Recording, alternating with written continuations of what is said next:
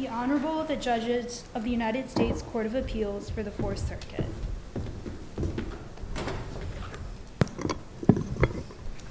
Oyez, oyez, oyez. All persons having any manner or form of business before the Honorable, the United States Court of Appeals for the Fourth Circuit are admonished to draw nigh and give their attention, for the court is now sitting. God save the United States and this honorable court. Thank you. Thank you for being here. Everyone be seated. Happy to have you with us today as we hear two arguments. And we will start with our first case, number 234688, United States versus Revels. And Mr. Sun, whenever you're ready.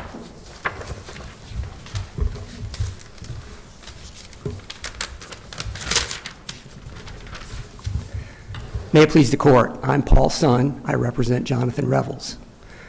Mr. Revels was convicted of possessing 2 shotguns after already having been convicted of a felony. That was a violation of 922G1. Mr. Revels also possessed a handgun, and he used that handgun to shoot and kill a Mr. Jason Hunt. When the district court found what the applicable guidelines range would be, it applied a cross-reference to the voluntary manslaughter guidelines using section 2.1, 2.2,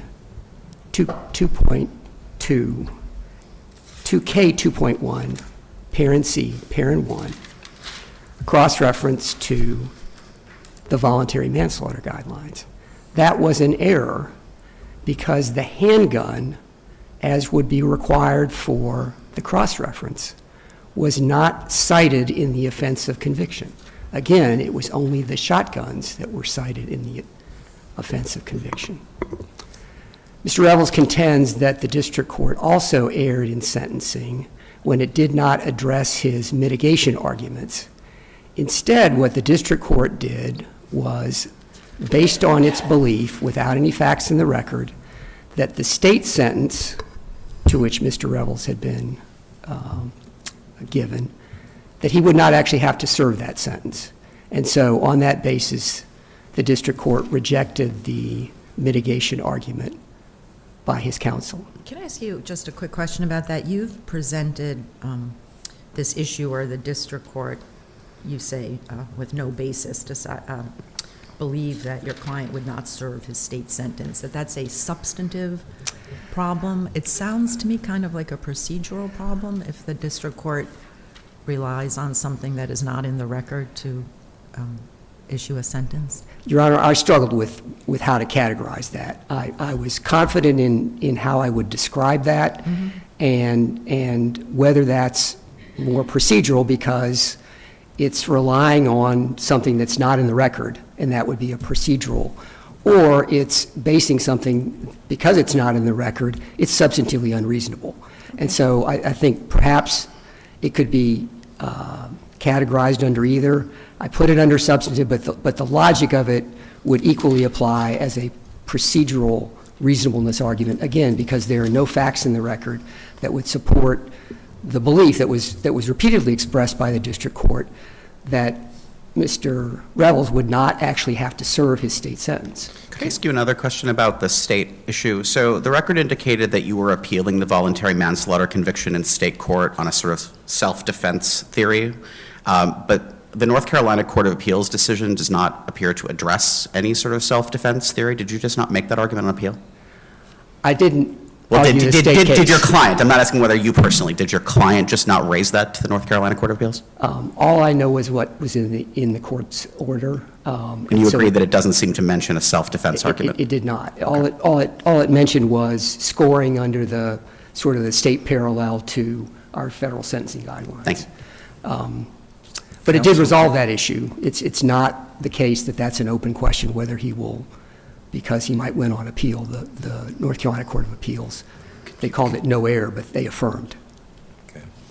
Going back to the cross-reference, your argument is that because the gun used to shoot the victim was not the basis of the felon in possession charge, that means the cross-reference is improperly applied? Is that what I understand your argument to be?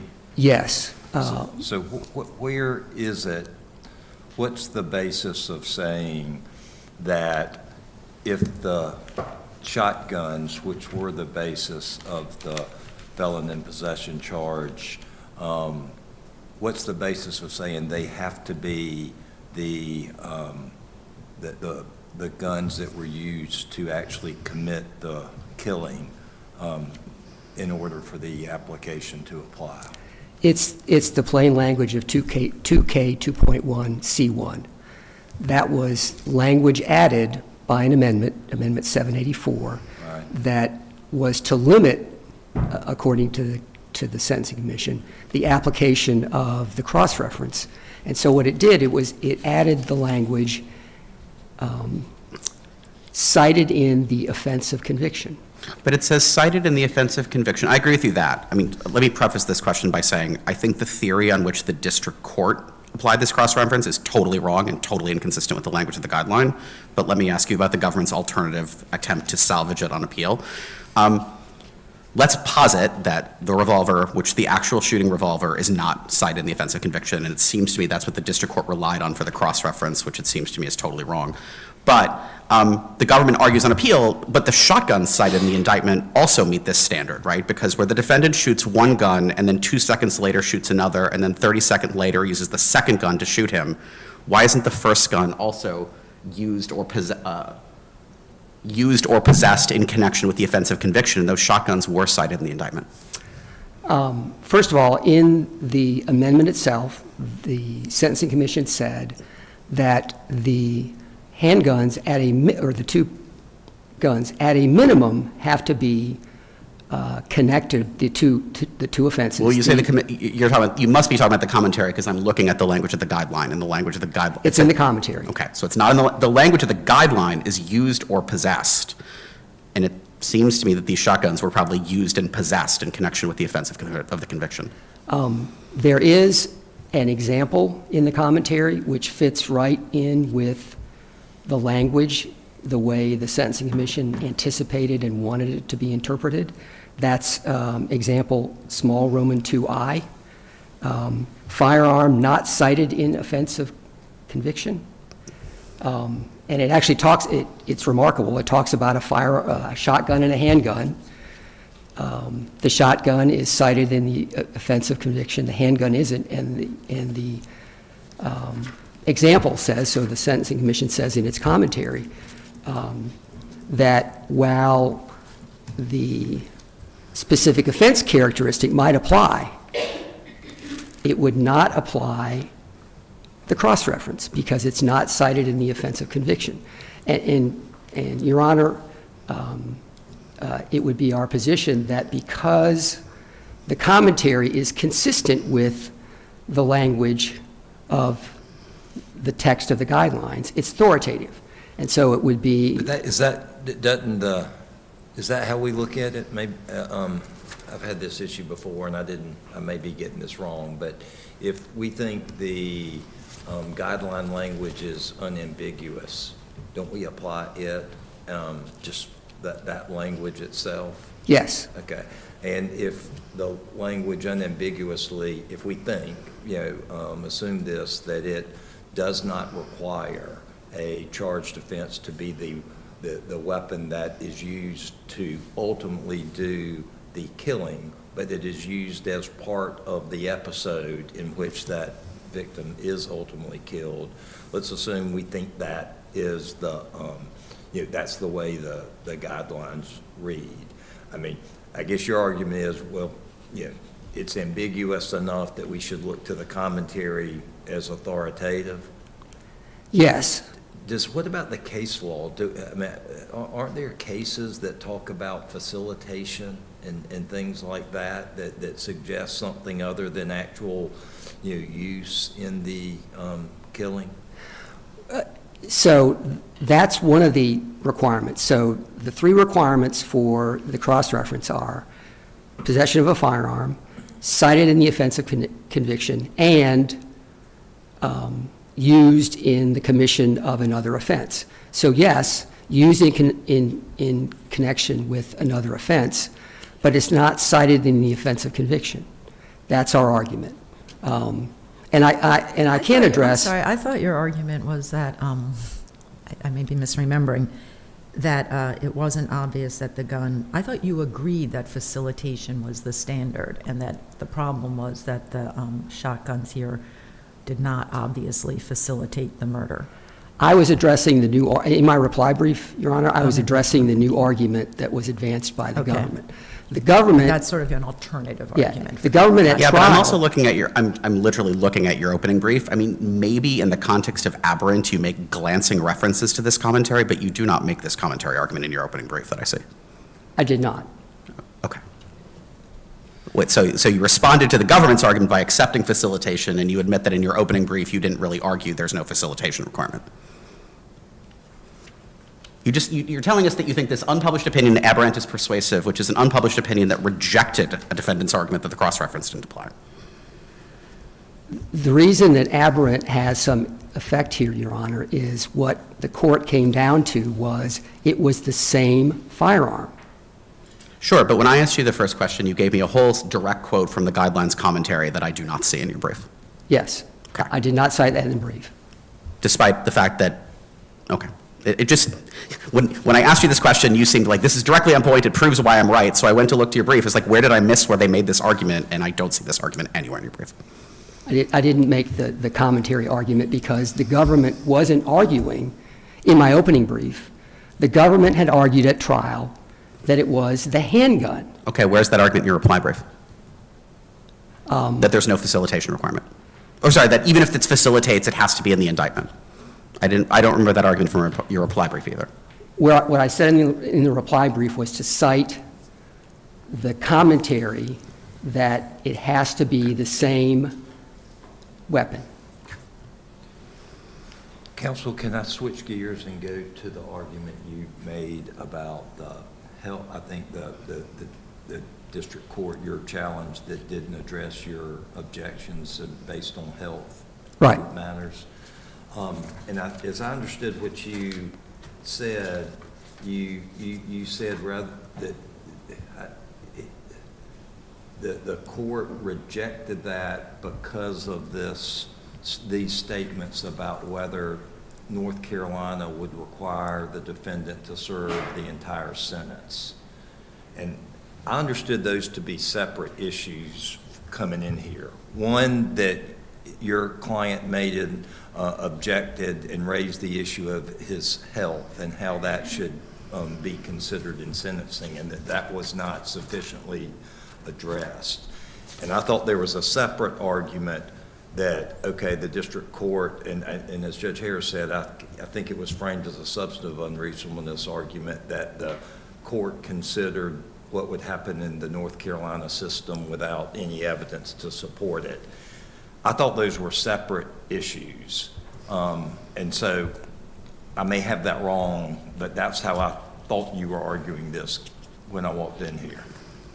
Your Honor, they're connected because the only thing the district court did discuss was this idea that, on its own belief, that Mr. Revels would not have to serve his state sentence. So it didn't address his health issues. It didn't address his post-sentencing rehabilitation. So failing to do either of those or both of those was a procedural error.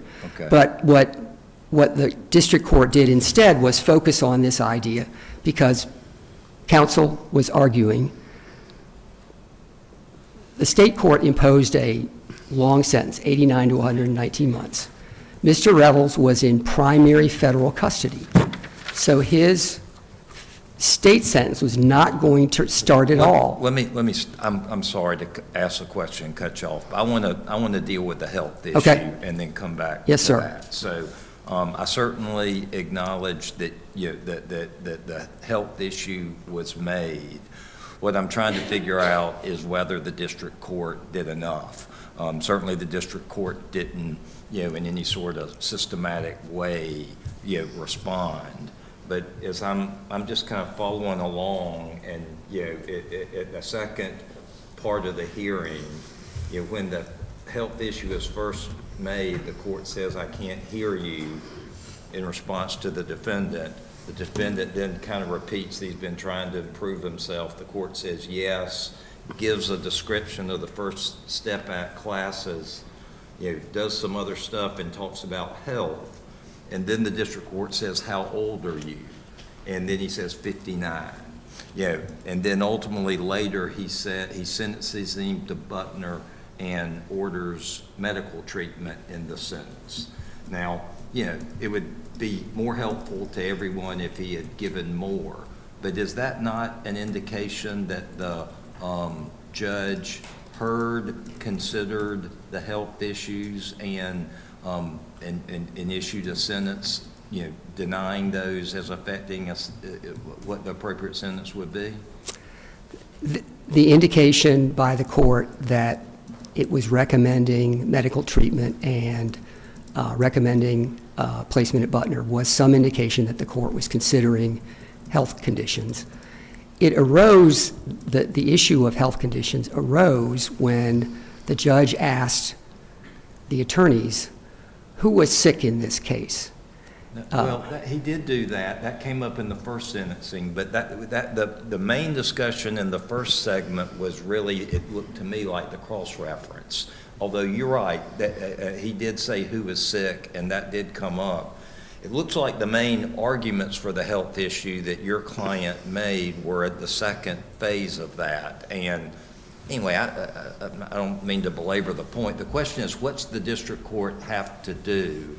We got cases that say you need to respond. We also have cases that say if we can tell, that the district considered it and addressed it, that might be sufficient. I guess my question is, why isn't what he did sufficient? I agree with Your Honor, that latter proposition that the court stated, if the court can tell, this court can tell, that the district court did consider that sufficient, it doesn't need an elaborate discussion. It is our position that the district court needed to do more here than ask about his age and make a reference to a recommendation for medical treatment. Could I ask you just one thing? I don't need an answer now. I don't even want an answer now, but I want to make sure to ask you so you have some time to address it on rebuttal. Yes, sir. Let's assume for the sake of argument that I think this sentencing is completely inadequate and extremely problematic, and I'm inclined to think that it was procedurally unreasonable.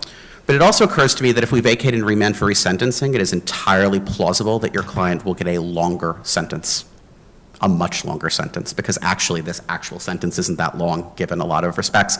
And so I just want you to make sure that to address that your client is aware of that fact and still wishes to proceed.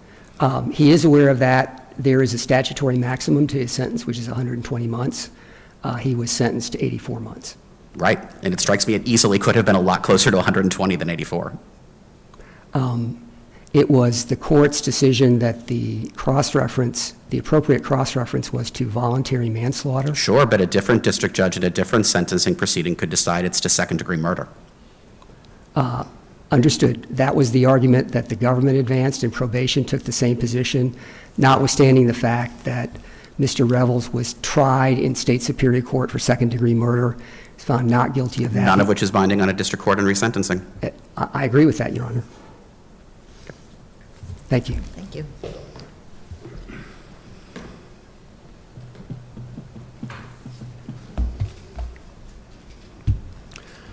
May it please the court, Jake Pugh on behalf of the United States. I'll begin with the cross-reference. The cross-reference is applied broadly. Actually, can I ask you to begin with something that matters to me in terms of what ultimately happens to this case? Absolutely. Am I correct that the district judge is recused from further proceedings in this case? That is correct. So we don't have to consider whether to reassign this same district judge yet again for an inadequate sentencing hearing? That is correct. Okay. Thank you. With regard to the cross-reference, it applies, according to the commentary, any time the firearm facilitated or had the potential to facilitaate. Do you agree that's not what basis of the application was at the trial level, correct? I mean, the district court didn't say that. The district court said that the voluntary manslaughter had happened based on the state conviction. I don't know that it articulated in any detail exactly why it was applying. Yeah, and that may be an issue, but to the extent you can, to the extent you can tell what the district court's relying on, it seems to be the conviction. And the conviction was with a different weapon. So again, it may be an issue that we don't really know why the district court was doing it. It may not be. It may be, but to the extent you can tell, it seems like it's more related to the conviction, and the conviction was based on the handgun. So that seems like that basis would not be consistent with the cross-reference. Do you agree with that? I think that could be a fair reading of the transcript. I would A fair highlight reading or the fairest reading? the fairest reading. Okay, so the fairest reading is the district court was dead wrong on the theory in which applied this cross-reference. I wouldn't go that far. I think my response would be that it is obvious from the record the cross-reference applies anyway. And I would highlight, Judge Heitens, you mentioned that this was a new theory. This theory was actually raised below at the first sentencing. That's at JA 144. Who cares about the first sentencing? I care about this sentencing. That is fair. In any event. Sorry, I'm sorry, we have somebody. Can I just, the facilitation standard, where is that coming from? Where are you getting facilitation? That is comment 14 So also the to the commentary. guidelines. It says facilitates or had the potential to facilitate. This court, in its own words in Blount, said that basically the firearm needs to have some purpose or effect with regard to the other offense. Right, but what I guess what I am getting at is whether we need the commentary here or whether our cases have actually just defined in connection with, as it is used in the guideline itself, picking up on the Supreme Court's 924C cases to mean facilitate, or whether you also are relying on the commentary for your argument. I don't think we have to rely on the commentary at all, but it does support our argument. Okay. We have published decision in Blount, some purpose or effect, with the circumstance where it is not in connection with, being that the firearm is a result of accident or coincidence. Here we have firearms that did facilitate, and we had firearms that had the potential to facilitate, both these shotguns. I understand your argument on that point. I would be more comfortable if a district court had actually made that finding. I'm not sure it's like so 100% obvious that, I guess your argument is he took the victim's shotgun, not from the victim already wasn't holding it, took the shotgun, emptied it of ammunition, and put it further away, and that kind of neutralized the threat and facilitated. I get it. It tracks. It's not, I'm not sure it's so 100% obvious that we don't need a finding on that. And I understand your concern. I think there is more evidence that does make it obvious. First, with regard to potential to facilitate, Mr. Revels actually held the pistol and the loaded shotgun at the same time. This is at the trial transcript, JA 102 and 103, when he says that he's going to blow the victim's brains out. He's holding a loaded shotgun as he said this shortly before when the victim is actually shot and killed. That shotgun is not there by accident. And certainly, holding two loaded guns, he ultimately shot him with a pistol, he could have used that shotgun right there to shoot him. But he didn't, so how did it facilitate? For that point, I think we would rely on the guidelines, because it says facilitate or potential to facilitate. If we switch over to facilitate by itself without potential to facilitate, then we have both these shotguns. One of them is handed to the co-defendant, who hits, the defendant brings it to this, it's not there by accident again, hands it to the co-defendant, who strikes the victim. That's injuring a person leading up to the ultimate homicide. I would say that is part of the offense. Certainly. Just so you, I feel like I should be 100% clear. I'm just trying to figure out, can we decide this case without walking into a Kaiser issue? Is it possible for us to decide this case in your favor without relying on the commentary? Yes, Your Honor. And if the concern is specifically the potential to facilitate language comes from the commentary, I don't think we need to rely on that. I think that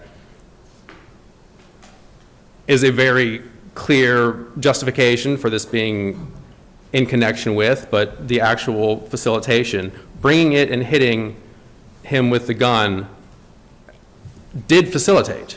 It was a step that led to the ultimate shooting of him. And then if we turn to the other gun, Mr. Revels picked it up. There's the incident where he threatens to blow his brains out holding it, but then he shoots off all the ammunition, and it wasn't just nearby. The victim was actually holding that unloaded shotgun when Mr. Revels walks up and kills him. Had Mr. Revels not possessed that gun in connection with that offense and shot out the ammo, that defendant would have had a potential opportunity to defend himself.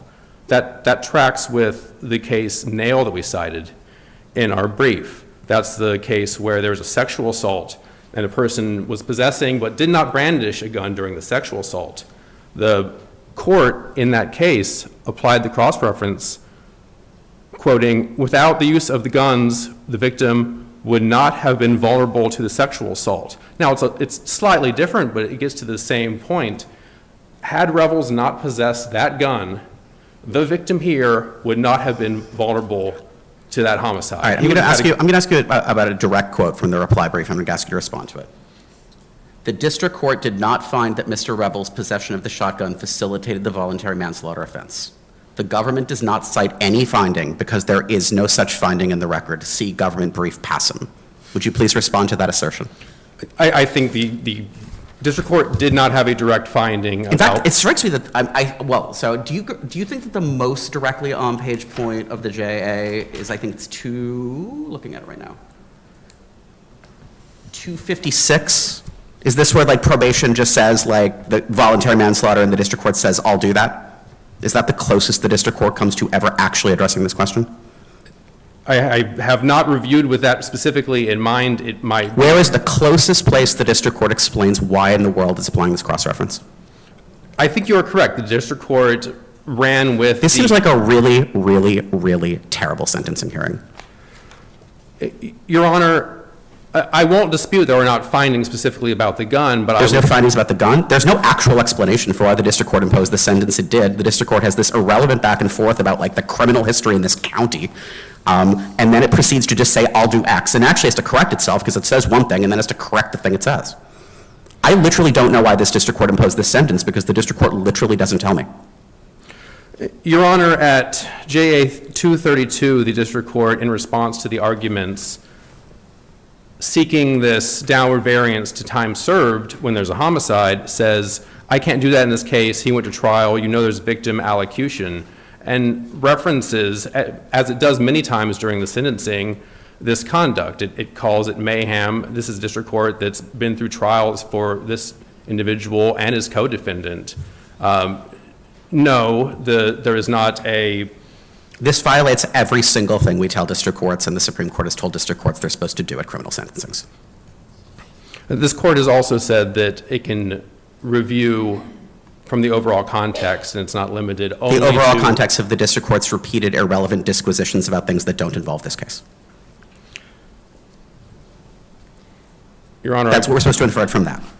I wouldn't quite agree with that characterization. I do believe... You think the political and criminal history of this county is super germane to how long this individual should go to prison? I would not argue that the history of the county has a significant impact on the sentencing, but this was a lengthy sentencing. It lasted over an hour, and those were not the only conversations during this.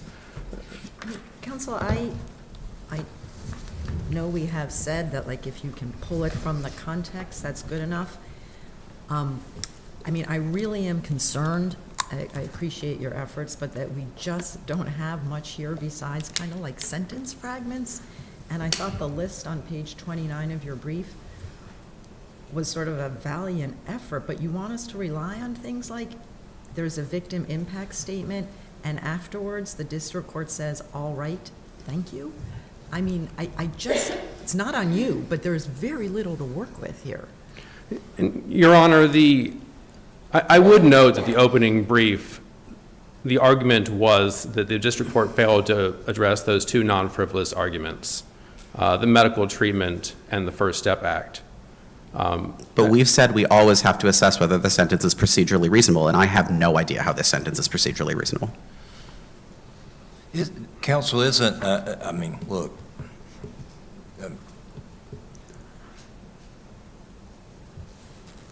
I don't, the sentence is not, is not your normal sentencing hearing. I mean, I think that's probably fair to say.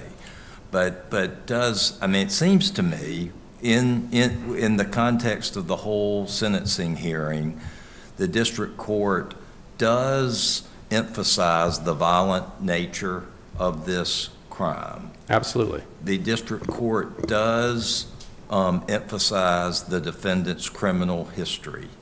And maybe not as well as it could, seems to acknowledge the health issues that are complained about and do something that indicates that it heard those. And I do want to comment on the health care, because that was one of the emphases of the briefing. Well, I guess my point is, and I want you to get to that, but also the fact that the hearing has some, some dialogue that may have irrelevant matters, it doesn't necessarily mean there's not enough to say what the district court based the sentence on. It seemed to me there's information there. Now, again, far from textbook, but to say it doesn't have any information from which you can tell what the district court's doing, I think it might go too far. What's your position on that? No, I agree with that fully. The district court did address the prior conviction. It did address the offense conduct. It did address medical care, ultimately imposing, which it did not at the first sentencing, ultimately imposing a recommendation for medical treatment and a referral to Butner, both orally and in the judgment. That's at JA 257 and 260. Right. That's after actually two interactions where healthcare brings up. The one is what Your Honor pointed out, where he asked for the age. The second one is on the same page. They talk about the defendant having health issues. The judge puts this in context, and absolutely it could be more clear. This is after the judge has already announced how long the defendant is sentenced to? The judge did make a preliminary projection at some point. I would point out, though, the judge initially said 87 and adjusted that down to 84. Because he screwed up the guidelines. I don't think we can infer that from there. Doesn't probation have to correct the judge about the guidelines ranges? I think that happens during the hearing. Am I wrong? I might be wrong, but During a hearing, probation, prior to the hearing, in fact, probation tells the judge what the guidelines were. I think the judge in this case did ask probation what the guidelines would be. I think this is the transcript where the judge says something and probation's like, wait, do you mean blank? Because you might have the guidelines wrong. No, this is the transcript where the judge changed it to 84, and the probation officer wanted to confirm that he intended to change it from 84, because previously he had talked about an 87-month sentence. So probation wanted to clarify that that was what he was doing. Previously, the judge, in considering the sentence and the conviction, asked probation what the guideline range would be for voluntary manslaughter. And that was the thrust of this entire sentencing, this extended back and forth about whether that would be appropriate. And the judge ultimately said he was not going to drop this down to 0 because of the potential for what might happen on the back end in a different court. So can I ask you about that? Because when I read the whole sentencing transcript, the only thing I am confident of is that the district court was very focused on this question of the consecutive state sentence and 100% convinced that's not going to happen. And so I guess my question for you is, your colleague says, that's not in the record, that's not going to happen. Is your response that it is in the record somewhere, or is it that it doesn't matter? The district court, he's been around for a while, he has reason to think that, and that is good enough. I think there are two potential ways to come at it. One is that it doesn't matter. The district court is in charge of federal court. He has to take responsibility for the crimes that are charged that he was But that's convicted not what he of. says. Had he said that, had he said, look, That's irrelevant. right, who's to know what will happen next? He doesn't say that. He says, I am here to tell you he's not serving 1 day of this state sentence, and on that basis, my sentence is 84 months. So is that in the record? that He he's not says it is a serving 1 day? collateral matter, and I'm sorry, I don't have the site in front of me, but he specifically says it's a collateral matter. He says that I'm not your problem, they are your problem. If they want to say that it is consecutive, that is not my jurisdiction. Take that up with them. I have to be responsible for. But you don't think that he says he's not serving that time? He says, if the state comes in later and wants to tack it on, I can't help that. Wait, doesn't the district court flat out say, I do not believe that will actually happen, you will never convince me? The district court basically says that. I have no doubt that he did not believe it, but he did acknowledge that there was a possibility. You don't think he relied on that? And you don't think, the district court, I think we can all agree, the district court said he's not serving a state sentence, he's not coming after you. But you don't think the district court relied on that in imposing a sentence? No, not at all. He says, So what if we disagree with that? What if we just, I'm trying to get to Judge Harris's question, about if, assume we think the district court relied on that in some way. It may be part of the, to me, it's all a little bit hard to figure out exactly where it's coming into play, because it was in response to the argument that the cross-reference shouldn't apply. And the effect of that would be a guidelines sentence that would essentially result in no more prison time. And so it kind of came up in that context, and I think the defendant raised, yeah, but there's a state sentence, and then to me, whether he equivocated at times, certainly at other times he said they're not going to serve that sentence. So I'm trying to figure out, is that a problem? I mean, if someone is seeking a concurrent sentence on the ground that there's a state sentence that must also be served, is it legally improper to consider the likelihood of what might happen in that state jurisdiction's prison sentence? is it illegally improper to consider it? Mm-hmm. I think the judge absolutely can consider it, but I don't think there's anything improper about him considering it and looking forward and saying, I cannot be certain about what's going to happen. The defense attorney said during this hearing that they have an active appeal. So if we imagine hypothetically the district court did listen to him and said, you know what, I'm going to actually zero this out or do time served, and then that appeal is successful, well, the defendant's out. They're not coming back to district court and say, actually, we were wrong, he's not going to serve that sentence, let's have a redo. The district court has to protect against that. And as he said, and these are the reasons, he said that he went to trial, there was victim allocution, there was this incident with the mayhem.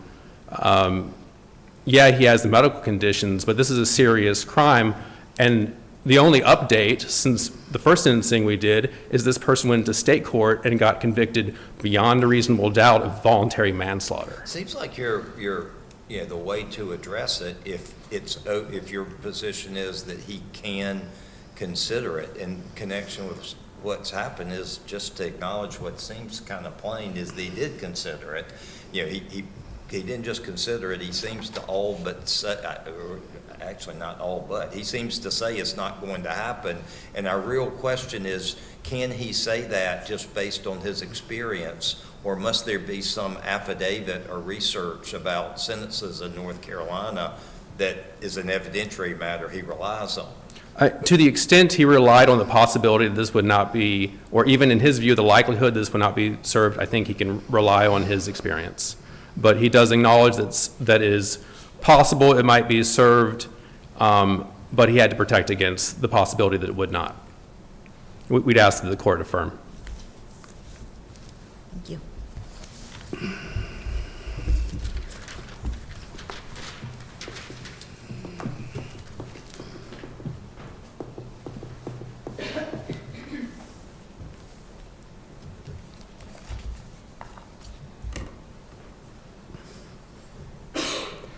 May it please the court. What the district court understood that the government was arguing at trial was that the handgun was the weapon in question, and that was the basis for the cross-reference. Wait, at trial or at sentencing? Because it doesn't really matter what they were. At sentencing. At sentencing, okay. Thank you, Your Honor. And how do I know, okay. One of the things that's very challenging for me about this is people are asserting lots of things about what people thought or argued, and we're not citing transcript pages where people actually. I've got that right here, Your Honor. Where? Thank you, wonderful. This is page JA 256. Okay. This is the government arguing. An 84-month sentence would be appropriate in federal court, and whatever the state of North Carolina does, the state of North Carolina does. But it doesn't change the fact that we are here under our rules, and there's a valid cross-reference for the possession of a gun by a convicted felon that was used to kill someone. And the used to kill someone can only be referencing the revolver. Yes. And then it is the next page, JA 257, where the court announces that I believe the appropriate sentence in this case, taking all things into consideration, and the conviction here is 84 months. So immediately after that is when he decides, so he's clearly basing his cross-reference, which he's. So I think that's compelling, that, and we kind of talked about, I think I talked about to your colleague, that the best reading, and you may have made it even more than the best reading, is that he relied on the fact, he said that, relied on the argument that the handgun was the basis of the killing, and the one he possessed was the handgun. But so assume he's wrong there. That was an erroneous application of the cross-reference. We still can affirm if it's obvious that the shotguns were used in connection with. Legally, we can do that, right? So the question is whether under this record, it's obvious that the shotguns were used in connection with the offense. And I wanted to highlight, Your Honor, that language, because that's the language, in connection with. This facilitate, and the court has engaged with the United States on commentary. Well, but the language in the guidelines is in connection with. And so. And we've defined that as a court. So we got the language of the guidelines in our decisions. And I don't have all that at my fingertips, but assume that permits us to consider a gun that was not actually used to do the killing. Isn't our standard, whether the record's obvious that the shotguns were used? It has to be so obvious. That's the language from the Mitchell case. What's your argument that it's not obvious? The guy just says he's sitting there holding two, he's beating the guy up with it.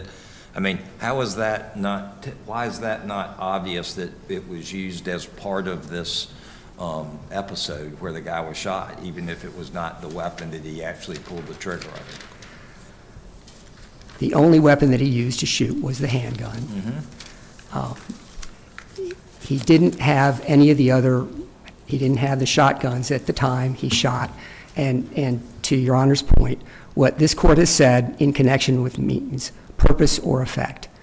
The purpose of the handgun shooting is not facilitated, is not supported, is not helped by having held at an earlier point in time the shotgun.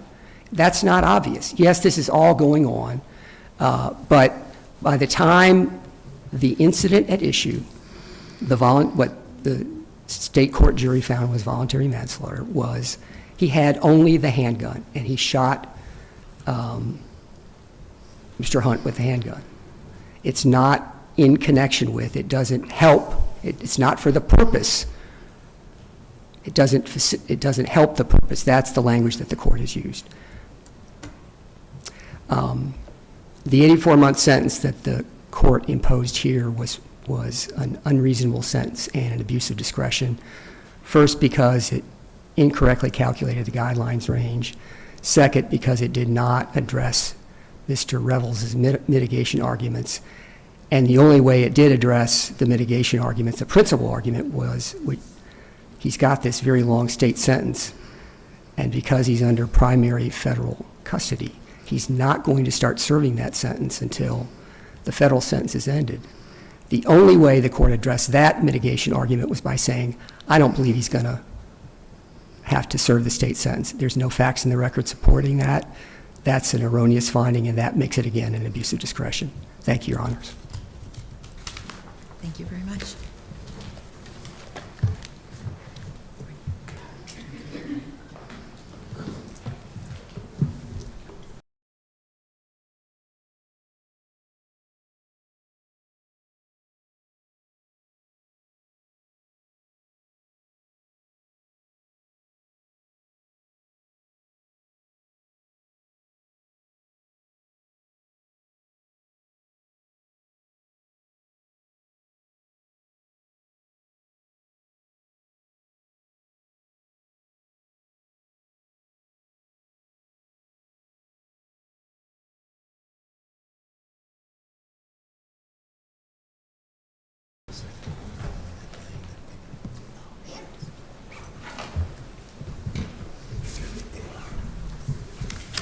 Mr. Sun, I'm seeing here that you were court appointed, and I do want to thank you especially for your assistance today.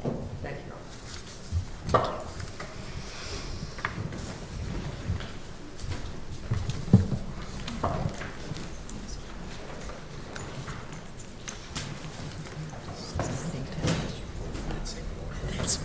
Just take it from here.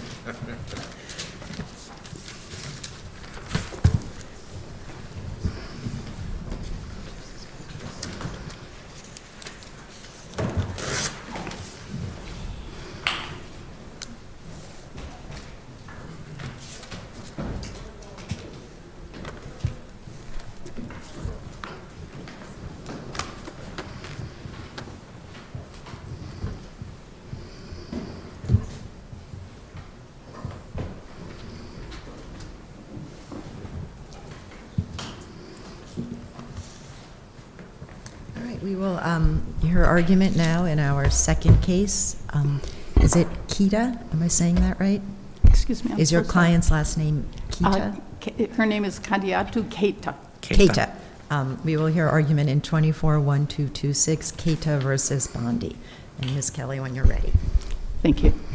May it please the court, my name is Nancy Kelly, and I represent Kadiatu Keita in the case before the court. The question, as we see it before the court today, is whether the BIA and the immigration judge erred in denying her application for cancellation of removal based on the government's concession that she was eligible for withholding of removal. Excuse me. The immigration judge was essentially dealing with two issues here: whether she was eligible for withholding of removal and whether she was eligible for cancellation. She was a single mother from Guinea. She'd been subjected to, she had 2 U.S. citizen daughters. She had been subjected to female genital mutilation. In Guinea, she submitted substantial documentation of the situation for women in Guinea, and the government conceded that she was in fact eligible for withholding of removal. Can I want to make sure I understand this. Do you understand to be the theory on which she was granted withholding of removal? Okay, withholding of removal. When you apply for withholding of removal, you generally apply for both asylum and withholding. I understand that. Okay. Withholding of removal is based upon a finding that you have shown that it's more likely than not that you will be subjected to persecution should you be returned to the home country. So sorry, that helps to clarify. Was she granted withholding based on risk of harm to her or risk of harm to her children? She was granted it based upon the risk of harm to her. And what is the risk of harm to her, in the sense that the bad thing, and I don't mean it by any means to minimize the bad thing, but the bad thing has already happened to her. So I'm trying to understand the risk of harm to her. Okay, first of all, there is not a lot of discussion on the record, and I do not represent her below. So what she, and there was a concession. No, I guess maybe this is a more appropriate question to ask Okay. the government. On what theory did the government concede she was eligible for? But on what theory did she seek withholding of removal? Let me Okay, ask I you could that. explain this by this. If you have been persecuted in the past you create a rebuttable presumption that you will be persecuted in the future. But it's a rebuttable so presumption, on- it's a rebuttable, not a conclusive presumption. Right. There is, correct. But in addition to the FGM, there was a lot of documentation on the record concerning the treatment of women and the life that she would be living as a single woman. And there has been a recognition that FGM is not necessarily a harm that's inflicted once and is over with. Okay. There are lasting effects, and it can in fact be imposed more than once. So based upon that, she was denied cancellation. When they looked at the cancellation case, the government conceded that she had been there for the requisite 10 years. They conceded that she was a person of good moral character and that she was not barred by any of the criminal grounds. The question that they were dealing with was whether her children would be subjected to exceptional and extremely unusual hardship as a result of their mother's removal. The assumption before the court was that she would be taking the children with her and that they would be returning to a situation or going to a situation which had resulted in the persecution of their mother, and that they would be then subjected to similar treatment. But how is that true if she will not be removed to Guinea because she's been granted withholding of removal to Guinea? Here, I believe, is where the confusion really begins. The immigration judge said she would not be removed from the United States. Okay. Withholding of removal is a form of relief that only protects you against I removal know, to Guinea. but the only argument being made in front of the IJ was that there would be this exceptional and very unusual hardship if the girls went with their mother to Guinea. And so putting to one side, if the IJ, like, used the wrong word at some point, if that's the argument for the hardship prong, and that hardship is not going to happen, why was your client, the why language of should this- your client have gotten cancellation? The language of the statute is that they would be subjected to exceptional and extremely unusual hardship if the mother is deported. Well, no, No, the I- language, I- right, the language of the statute says establish that removal would Yes. result in exceptional and unusual sorry. hardship. And if we've established, because of the grant of withholding, that any removal is not going to be to Guinea, why do arguments about what would happen in Guinea help establish that removal would create that situation? Under the grant of withholding, she could still be removed from the United States. Sure. And her children would suffer the hardship of having her essentially taken away from them without any notice. Their future would be completely uncertain. It would not be But was clear. that argument in front of the IJ? It looks from the hearing as though the only argument being made to the IJ was there will be this exceptional hardship if the girls come with me to Guinea. And I'm not blaming anyone. It's 2016. There is very little third country removal going on at that time. So it does not surprise me that this was not front of mind for people. But I am struggling with why, if that argument wasn't made before the IJ, it was The- error.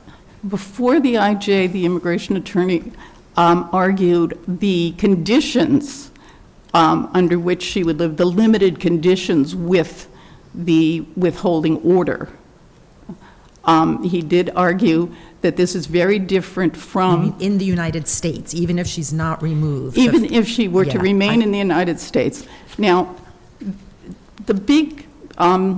the issue that I think the primary error that the immigration judge made is he actually equated adjustment of status or asylum with withholding. So he was assuming, based upon language that was argued by the government attorney and that exists in the statute or in the regulation, which limits grants of cancellation where the parent would be getting asylum or withholding of or adjustment of status with withholding. Both asylum and adjustment of status lead to permanent resident status. The immigration judge, I understand that argument, and the IJ language did use the word moot and did say no possibility. Yeah, I don't know if that, means for sure that that the judge was equating those, but regardless, by the time we get to the appeal to the board, it seems like the board is addressing pretty clearly that they're not the same, and that, yeah, it's not permanent, but you have an opportunity, if something were to arise, to re-argue it. I know you don't like that and think that's not as protective, and it could be denied. But it seems like if we're looking at the final board decision, the argument about what the IJ might have meant or might not have meant is less important. The board, however, did not consider that she could actually be removed from the United States with the grant of withholding of removal in place. What the board said in both decisions is it recognized that it was not necessarily permanent and it could be revoked, okay? And the board said basically that should it be revoked, she could deal with a motion to reopen and try to have... Well, how does that not directly indicate the board considered that she could be removed from the United States? There's a distinction between revocation and the withholding order as it stands. In order to remove her from the United States, the Immigration Department of Homeland Security needs to do nothing, right? They have an order in place, they have a removal order, and they can send her out. In order to revoke it, which is what the board talked about, that would take away the grant of withholding, and she then would be removable to Guinea. So nobody here, neither the judge nor the board in either of its decisions, recognized that she was susceptible to being removed from the United States with the current order in place. But I guess, so you infer from the fact that nobody addressed that that's because the agency didn't understand that the possibility existed for third country removal. And I guess I think that I'm suggesting that maybe the more natural inference is nobody addressed it because your client had never argued, if I am removed to some other third country, my children will also suffer this unusual hardship. A different form now, not female genital mutilation, but some different exceptional hardship. I think the natural inference is that nobody, neither the judge nor the BIA addressed that because that argument wasn't in front of them. It was argued to the board, Your Honor. The IJ or the board? It was argued to the board. And what's the best site that I will find for the proposition that it was? Your Honor, I cannot give you that site specifically. Well, you'll have some rebuttal time. But it is mentioned in the brief, and it is mentioned in the motion to reconsider. And can you tell me what that Okay. what is the argument for? I think I know the part of your brief you're talking about, but what I could not find anywhere is what is this argument that nobody has addressed? What is your client's argument that there is no country in the world to which she could be removed where her children would not suffer this extremely unusual and exceptional hardship? Your Honor, the standard that has always been applied is whether the parent, removal of the parent to the home country would result in the requisite hardship to the children. Granted, it would be an extremely unusual situation that would happen before recent policies have been in place, but there has never been a case that I have been able to find where the court has said, excuse me, that an applicant is required to show that there is no third country to which she could be sent. But if that's not your argument, I guess I don't I'm just very confused as to what your argument is. I'm sorry. No, I'm sorry. I feel like we're in the, I am troubled by the fact that this case arose so many years ago in 2016 when basically, practically speaking, there was no such thing as third country removal. So none of this has been set up. None of this was set up in 2016, but now here we are. And I thought part of your argument was my client never got a chance to argue about third country removal. And I'm just asking you, what would the argument be? And if it's not going to be some form of, look, I am a single mom, wherever I go, I'm going to have to take my 2 kids with me. They will be massively dislocated. It's going to be some country where I don't know anybody. I have no support system. It's going to be a disaster for my kids. If it's not that, there is in fact no country in which I can be, to which I can be removed without having this harm befall my children. What's the argument? The argument is, in fact, that if she is removed to a third country, she has absolutely no control over that. If you look at the policy that was included with the government's brief, it essentially provides the client with no say in where she goes, except to the extent that she can prove within 24 hours that that country would persecute her or would torture her. That is, under the circumstances of the policy, that is virtually impossible to prove. The idea that an individual before a judge pressing a cancellation case would be required that there is no third country to which she could be sent without the requisite harm to her children would require her to essentially address every country in the world, because each country would have to be viewed in light of the circumstances that those children would face if they were sent there, but it also would have to be addressed in light of what would happen to those children should they be separated from their mother, because there would be no guarantee that they would in fact be able to accompany her. And the policy in place makes no consideration of that whatsoever. Withholding looks only at the harm to the parent. It's a very high standard, and the standard that's applied in doing removals to what are considered to be third countries does not consider the children either. I very much want to make sure I understand what you're saying. One of your arguments is this, I guess it's framed sort of as a due process argument, but this idea that there should have been a chance at the hearing for your client to make additional arguments.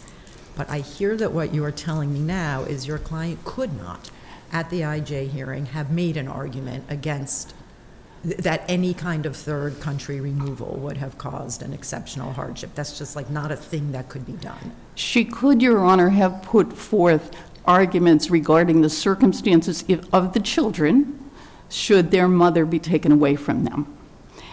She could also have put forward arguments concerning the circumstances under which the mother would live were she to remain in the United States and how that would impact their lives. Well, that actually did come up at the IJ hearing where her lawyer said there's no, withholding is not as good a remedy because it doesn't bring certainty to life in the United States. I think that argument was in front of the IJ. Yes. Thank you very much. Thank You've got some time on rebuttal. Excuse me.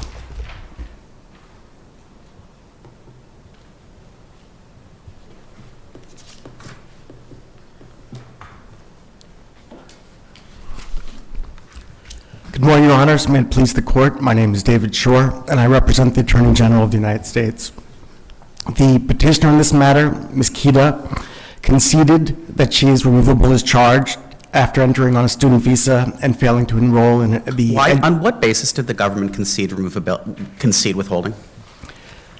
Your Honor, the record does not disclose that. I'll just tell you, I'll just say this. This feels to me like an egregious bait and switch by the DHS attorney at this hearing. So I will concede withholding on what at least to me seems like a relatively dubious basis, because I'm actually not sure on what basis she gets withholding, in order to take out what would otherwise be a slam dunk cancellation argument. I understand. This is a real, we're trying to screw someone over by pretending to do something nice for them. I don't think that's fair, Your Honor. You agree that absent withholding, she'd have a great cancellation argument, right? I agree that it would be a strong claim of hardship. A Yes. real strong claim of hardship. That's not, there are other, of course, facts that could have come up, certainly. Okay. DHS is not in the habit of conceding withholding, so my ears sort of prick up when I see DHS concede withholding. Well, FGM cases, of course, involve, an egregious harm. And there is board precedent that says, well, certainly there could have been enough to, and I'm just sort of reading tea leaves here, but there could have been enough for there to be a presumption of a clear probability of persecution on account of, gender, religion, tribal membership. So there could have been enough, And then the DHS attorney seems to me to actively try to mislead the IJ that says anybody who get withholding can't get cancellation, which I notice is a position that you do not defend. No, I would respectfully disagree, Your Honor. I don't think the DHS attorney was trying to mislead. I think the DHS attorney may have been deeply mistaken about basic principles of immigration law? I wouldn't go that far, but The government, may have misspoken. the government does not currently advance the argument that getting withholding renders you categorically ineligible for cancellation. No. A grant of withholding certainly might make it more difficult as a factual matter to prove. Unlike, say, asylum, it's not like it's irreconcilable with. They're not mutually exclusive options. Okay. Correct. So now I understand the frustration by petitioner walking into court and thinking, I've got a strong claim of hardship. But it's also important to remember that even if you do have such a claim, you are not guaranteed a grant of cancellation of removal. It is a discretionary remedy, and it's an extraordinary remedy limited to 4,000 grants a year and only to the most deserving applicants who have no other recourse. As a descriptive matter, how often do IJs deny cancellation to people who are found eligible for cancellation? I don't have those numbers. Would you say it's super common? Yes, Your Honor. No, wait, it is super common or it's not super common? To people who are eligible in terms of established. If the IJ finds that a person meets all of the eligibility criteria, how often, as a descriptive matter in your experience, I'm not asking for stats, how often do IJs then say, you meet all of the criteria, but the answer is no? It would really depend on the facts. Now, I don't. Does it happen a lot, would you say? So I think that it's relatively rare that IJs find they meet the full criteria. I know. I'm reducing the universe down to those where we find you meet all the criteria. I would be guessing, Your Honor, but I feel like if you were confident that it happened a lot, you would say it happens a lot. Sure. And so I can only say that I don't know, and I apologize. So the question before the court is whether the board reasonably denied cancellation of removal in this case, where her removal to Guinea will not occur. Nowhere in the board's decision does it say withholding of removal is not country-specific. Nowhere does it say it's permanent, it confers durable status.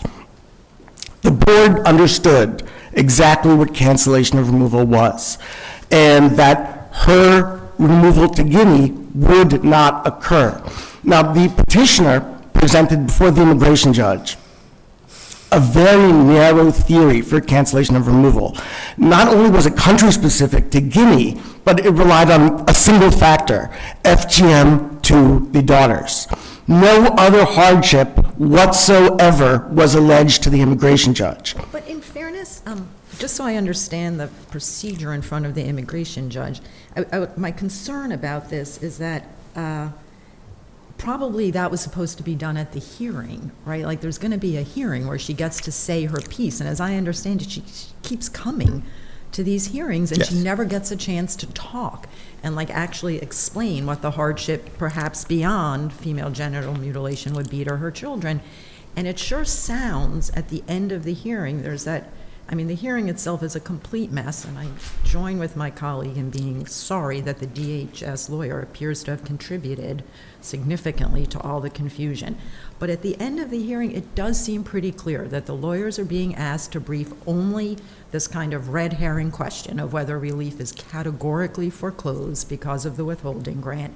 And then there's a hearing scheduled. There's a day at which they will come back and make their factual eligibility arguments. That hearing never happens. Correct. I am concerned that there's some sandbagging going on here. Probably unintentional. Sandbagging sounds intentional. But that just the way this developed, there was never a chance.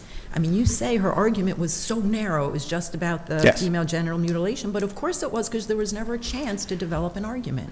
Yes, Your Honor. So after the immigration judge had granted withholding of removal, the immigration judge, and, there was the objection from DHS counsel about going forward. So the immigration judge counsel said, could I have briefing, please? Could I have briefing on whether to go forward with the 42B hearing? That would be the cancellation hearing.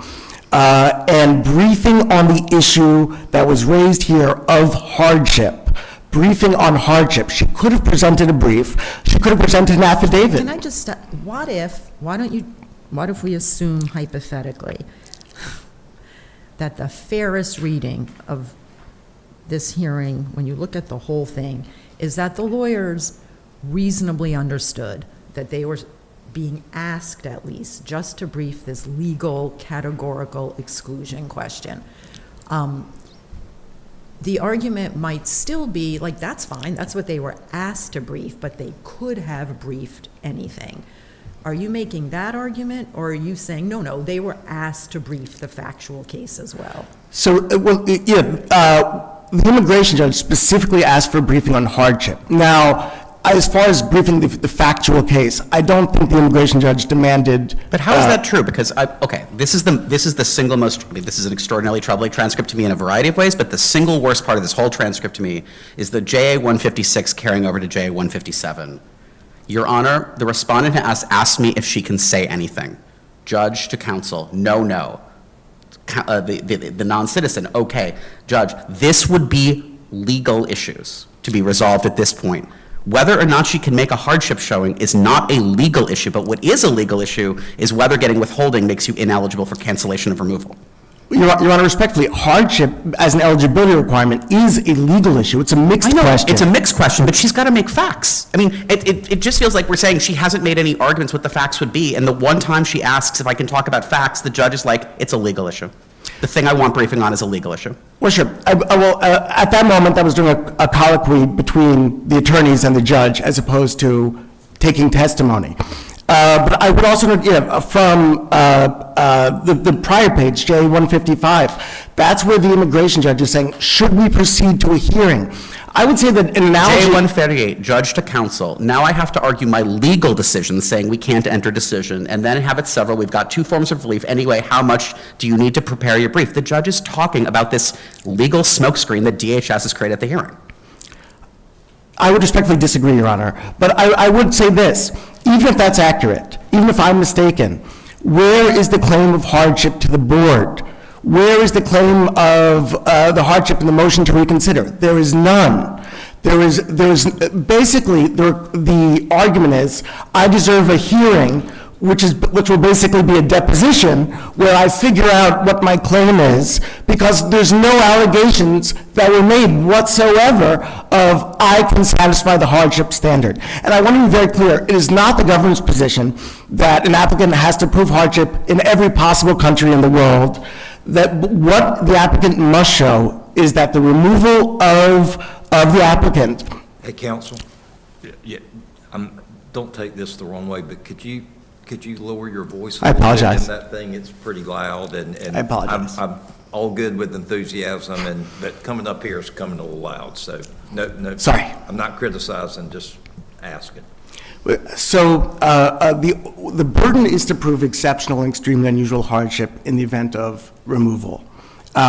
Here, again, not only was it country-specific, but it was the one factor of FGM that was argued.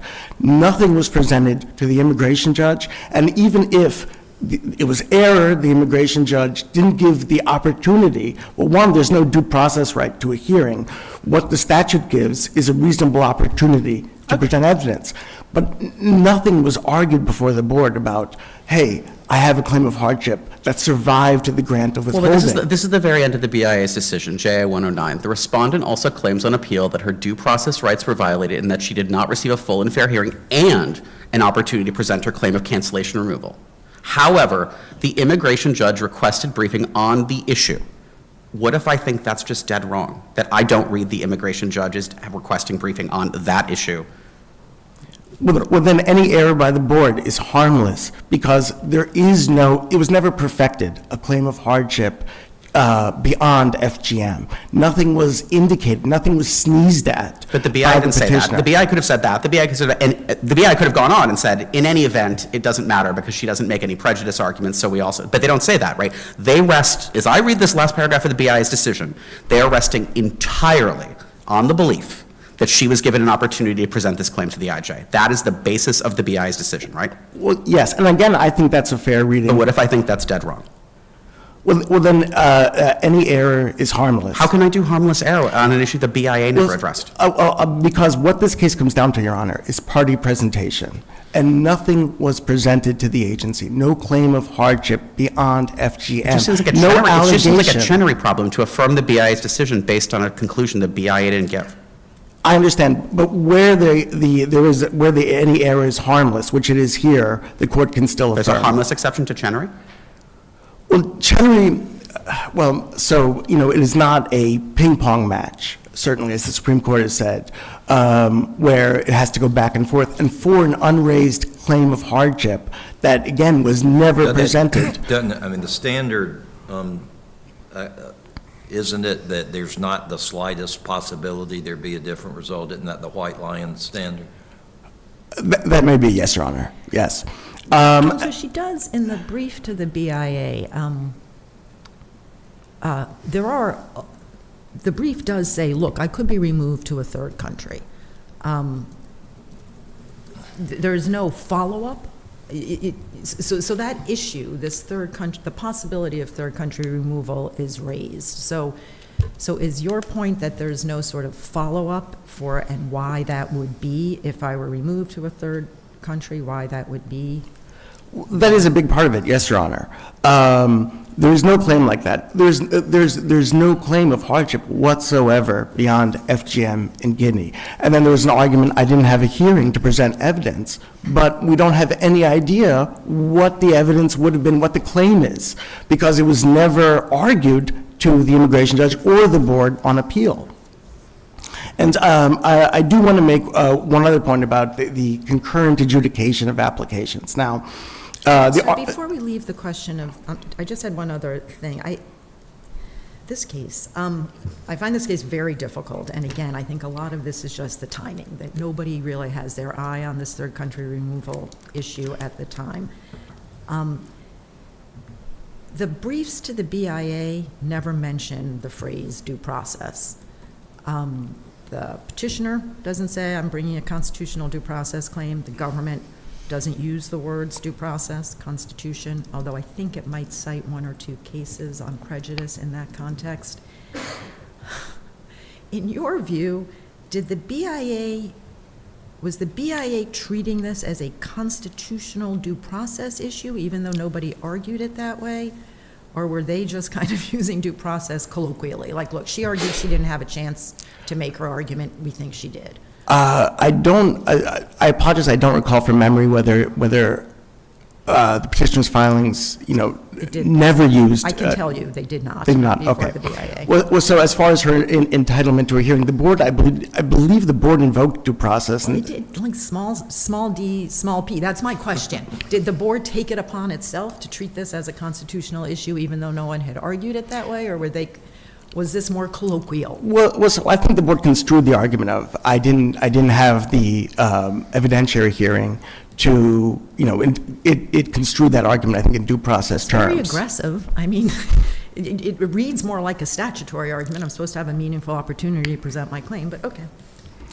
So on the due process front, do you agree with me that whether someone is eligible for cancellation of removal is not a discretionary determination committed to the agency. That's correct, Your Honor. That's a pure question of law. Correct. Okay. So how would I possibly not have a due process interest in the question of whether I am eligible for cancellation of removal? Well, as this court has held, due process claims are not cognizable where the ultimate relief is discretionary. It's completely irrelevant, the basis for the denial of that relief, whether it's a legal, factual, or discretionary determination. There is no protected liberty interest in discretionary relief, so no due process, no procedural rights attach. This court has said that... What are you believe the best cases for the proposition that, I mean, I 1,000% agree with you that the second order question, do I actually get it, is something I have no protected constitutional interest at all. What are your best cases for the proposition that step one, there is no due process liberty interest in? I believe the case cited in the brief, I believe it's Smith v. Ashcroft, I believe off the top of my head. I apologize if that's incorrect. Are you familiar with our decision in Annam versus McCasey from 2008, holding that an IJ in asylum proceedings violated the due process clause at step one? Not off the top of my head, no, Your Honor, I apologize. So if I represented you that this court has actually said in some context that even if you don't have ultimate interest, that you can have a due process interest in step one, if we held that in 2008? I would defer to the court, Your Honor, on that, and I do apologize that I'm not aware of that case. But I would say this, though, that there was no procedural error, and she had the opportunity when the immigration judge requested briefing. Can I ask you, so I am sympathetic to a lot of your arguments, and there's a part of me that finds this case so frustrating because I kind of feel like it should be an easy case, and it would have been an easy case 2 years ago. But now it does seem as though there is a plausible prospect that the petitioner in this case could be picked up and within 24 hours removed to a third country with no chance to make any of the arguments that we're talking about now, about how would that affect her two children. And that seems to present a real problem here if you think, and I do think this is, just assume for a minute, I think that the fairest reading of this 2016 hearing is that there was no opportunity to raise that kind of a factual argument. And there's not going to be a chance to raise it, apparently, before this woman is removed to some country she's never set foot in. And so, what am I supposed to do with that? So a couple of things, Your Honor. Ms. Kita is a class member of the litigation currently pending in the First Circuit and I believe in the district court also in Massachusetts. And that's, sort of sussing out the due process rights of individuals removed to a third country. So that's not an issue before the court today. That's first.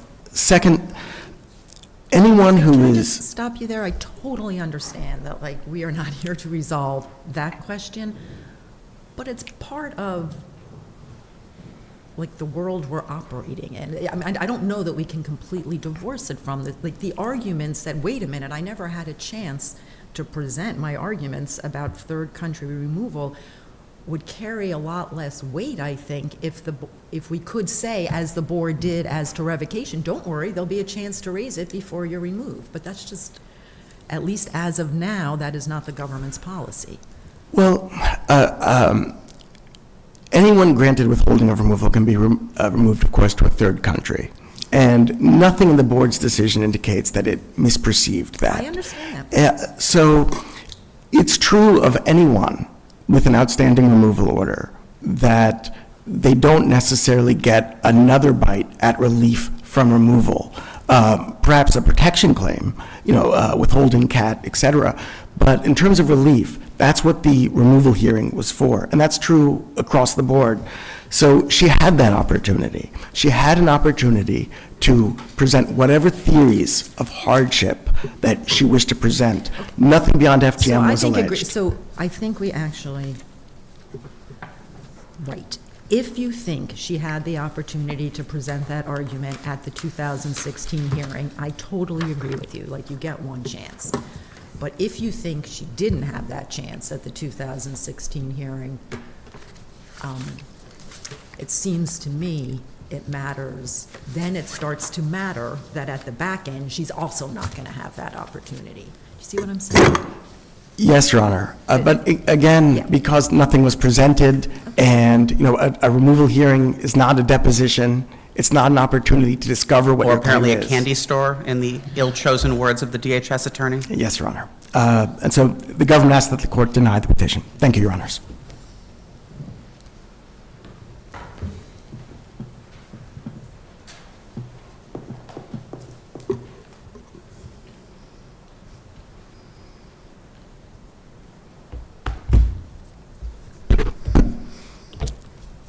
May it please the court.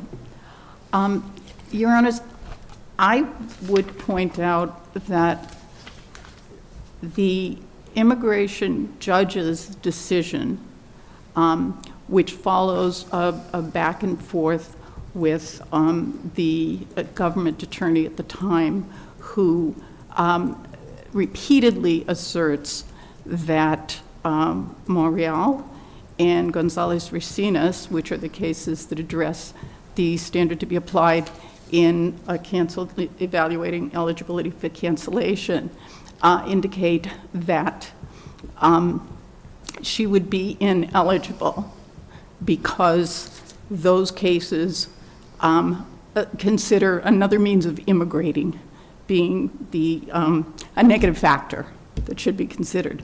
The immigration judge, in his decision, said, and this is a quote, "The respondent's basis for exceptional and extremely unusual hardship is moot as a result of being granted withholding of removal." He also says, "Without the possibility of removal, the respondent is unable to demonstrate any hardship to her U.S. citizen children." So effectively, what he said in his decision is she could not make a case. There was no case for hardship which she could make in light of the grant of withholding. The board then, in considering the judge's decision, said that the judge had fully considered the evidence and he had fully considered the factors, and that they approved his decision, yet they also did not consider that the grant of withholding left her vulnerable to immediate removal to a third country. She did, in fact, try to speak at the hearing, the last hearing, which she was present, and the judge stopped her mid-sentence just as she tried to speak. He said no, he would not let her speak, and it's very, very clear from the exchange between the judges and the judge and the attorneys that this was to determine whether or not they would be allowed to go forward to have a hearing on her eligibility for relief based on hardship. She never got that chance.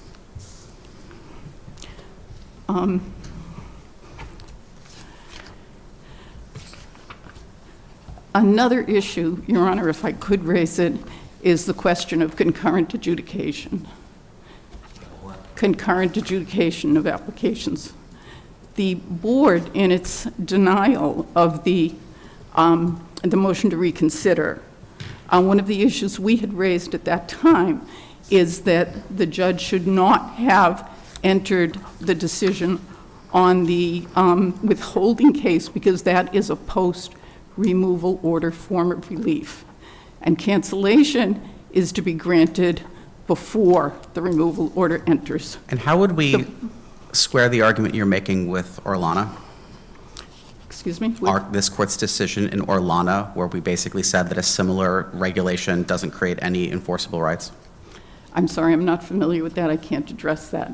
What I would say is that this regulation clearly that was cited by the board. But counsel, that, Yes. as I understand the procedural history, when the immigration judge made the ruling on withholding and said we're going to deal with briefing on cancellation, there was no objection to the sequencing there. When you appealed to the board, there was no objection of the sequencing there. when the first time any sequencing issue came up was in the motion to reconsider, and that was that that cancellation needed to be decided first, Yes. not concurrent.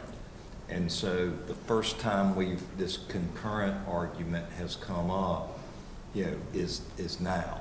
Now, granted, it didn't come up, no one cited the reg about concurrent until the motion to reconsider, but we'd be the first court to address this concurrent issue in this case, right? Well, Your Honor, the board, in fact, rejected the argument that we put forward regarding the decision regarding cancellation prior to the decision. And as part of why it denied it was that the board itself cited the regulations saying that they should have been decided concurrently. I know. And My point, though, counsel, was your argument was that cancellation should go first. And it's fine to say the board was wrong, or it seems, I get the argument that, okay, the board, in rejecting the argument that your cancellation goes first, cites to a reg that says they should be dealt with concurrently. But you never argued concurrently below. You never made the argument that, hey, these need to be considered concurrently. Do you agree with that? I do agree with that, Your Honor, but I would say that it is exhausted once the board has raised it on its own and in fact relied on it as a part of its decision in By rejecting. concurrent, what do you mean by they have to make this decision concurrently? You actually mean they have to make it independently, right? I don't understand, like, Well, what? if in fact they are adjudicating the cases concurrently, then they would necessarily have to decide them independently. I don't They could understand not- that. It sounds like the opposite to me. Well, if they are looking at each case at the same time and making their determination about eligibility under the standard relevant to each individual case, they could not then take a decision from one case and use it to deny another. They would all have So to you be think the done regulation- independently, but at the same time. So you think the regulation that says, we want you to consider and decide all of these issues concurrently actually means decide them separately without reference to each other? Because that seems like a funny way to say that. Yes, Your Honor. Okay. Yeah. All right. Thank you very Thank you. much. We appreciate it. We will come down and greet counsel and then ask that court be adjourned.